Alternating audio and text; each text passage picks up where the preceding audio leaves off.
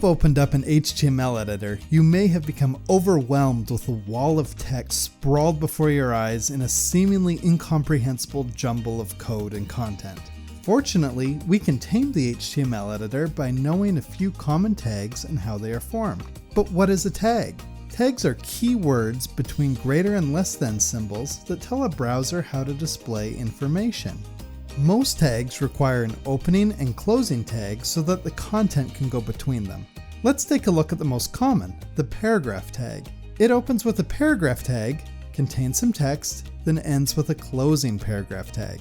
Some other common tags are headings 1, 2, and 3, and tags that add emphasis like strikeout, bold, and italics. Images don't use closing tags. Instead, they use attributes to find the image source and style it.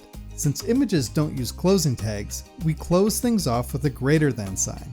Let's take a look at an image tag and some important image attributes. For an image tag to display something, it needs a source attribute with a path to the image. If we want to control the size, we will need to add a style attribute. You can add as many attributes as you like, just add a semicolon after each one.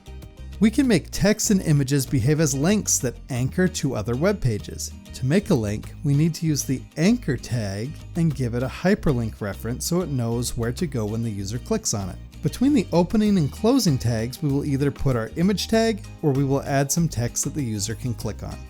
What if we wanted to divide our page into multiple divisions like sidebars or images with caption text? For these kind of divisions, we'll use the div tag.